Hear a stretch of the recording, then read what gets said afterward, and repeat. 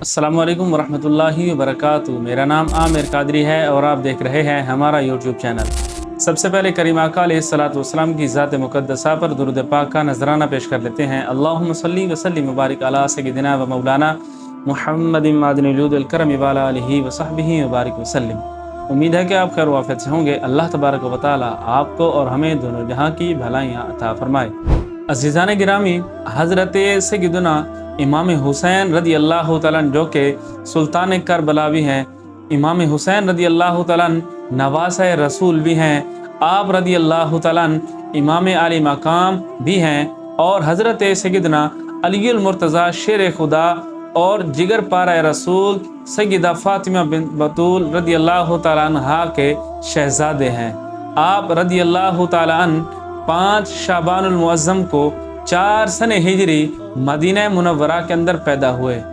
آپ رضی اللہ تعالیٰ عنہ کا نام پیارے آقا صلی اللہ تعالی وسلم نے حسین اور شبیر رکھا، اور آپ رضی اللہ تعالیٰ عنہ کی کنیت وہ ابو عبداللہ ہے، جبکہ آپ کے القاب سبط رسول یعنی کہ رسول اللہ صلی اللہ تعالی وسلم کے نواسے اور ریحانۃ الرسول یعنی کہ رسول صلی اللہ تعالی وسلم کے پھول ہیں۔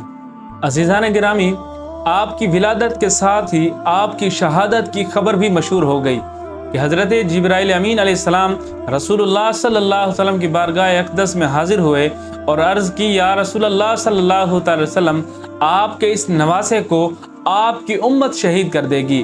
اور یہاں تک بھی آیا ہے کہ جبرائیل امین علیہ السلام میدان کربلا کی مٹی بھی رسول اکرم صلی اللہ علیہ وسلم کی بارگاہ میں حاضر کی تھی کہ جہاں حضرت امام حسین رضی اللہ تعالیٰ نے شہید ہونا تھا۔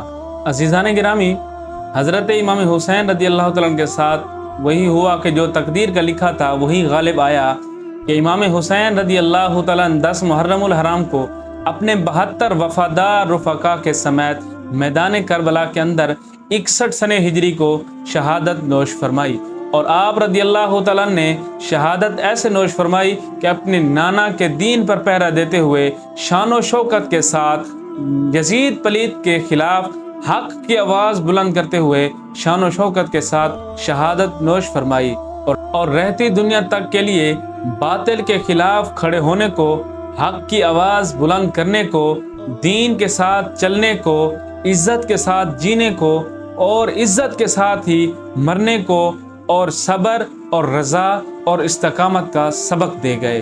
امام حسین رضی اللہ تعالی نے جو سبق دیا، کاش ہم اسی کو اپناتے، حق کے ساتھ کھڑے ہوتے، باطل کے خلاف ہم جھنڈا بلند کرتے، تو آج مسلمانوں کا حال یہ نہ ہوتا کہ جو ابھی ہماری معاشی حالت بھی ہے، ملک کی حالت بھی ہے، معاشرتی حالت بھی ہے۔ اللہ پاک ہمارے حال پر رحم فرمائے اور ہمیں امام حسین رضی اللہ تعالیٰ والا جذبہ عطا فرمائے۔